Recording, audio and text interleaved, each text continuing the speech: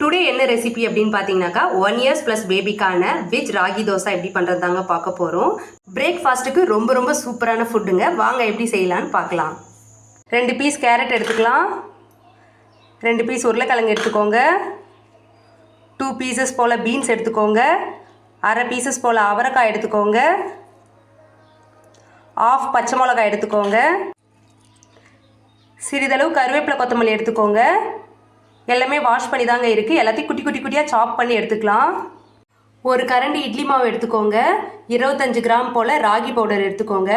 Ragi powder எப்படி prepare பண்ணுறது அப்படின்றதுக்கான லிங்க் வந்து டிஸ்கிரிப்ஷனில் கொடுத்துருக்கேன், செக் பண்ணிக்கோங்க.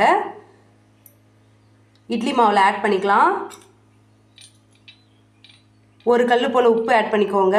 இதை நல்லா மிக்ஸ் பண்ணி எடுத்துக்கலாம்.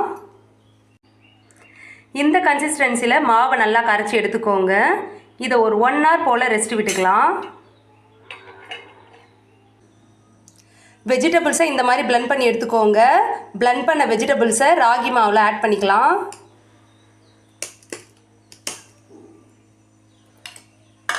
நல்லா மிக்ஸ் பண்ணி விட்டுக்கோங்க. இந்த மாதிரி நல்லா கம்ப்ளீட்டாக மிக்ஸ் பண்ணி எடுத்துக்கோங்க. ஒரு 10 minutes போல் ரெஸ்ட் விட்டுக்கலாம். ராகி தோசையை சுட்டு எடுத்துக்கலாம். அதுக்கு தோசைக்கல்லை ஹீட் பண்ணிக்கோங்க. தோசைக்கல் நல்லா காஞ்சி வந்ததும் சிறிதளவு நெய் விட்டுக்கலாம். ஹோம்மேட் நெய், இதுக்கான லிங்க் டிஸ்கிரிப்ஷனில் கொடுக்குறேன், செக் பண்ணிக்கோங்க.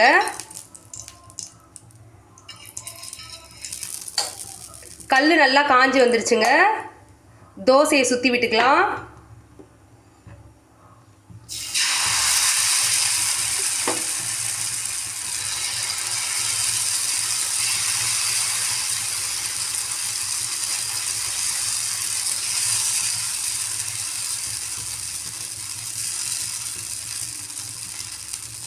இந்த மாதிரி சுற்றி விட்டுக்கோங்க. மீடியம் ஃப்ளேமில் வச்சுக்கோங்க ஸ்டவ்வை. சுற்றி லைட்டாக நெய் விட்டுக்கோங்க.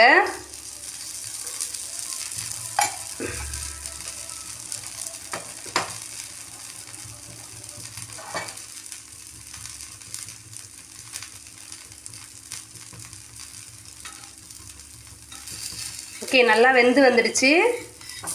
திருப்பி போட்டுக்கலாம்.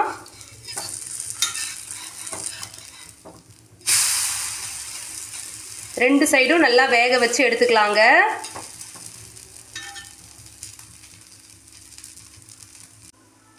ரெண்டு பக்கமும் தோசை நல்லா வெந்து வந்துருச்சு. இதை ஒரு பிளேட்டுக்கு மாற்றிக்கலாம்.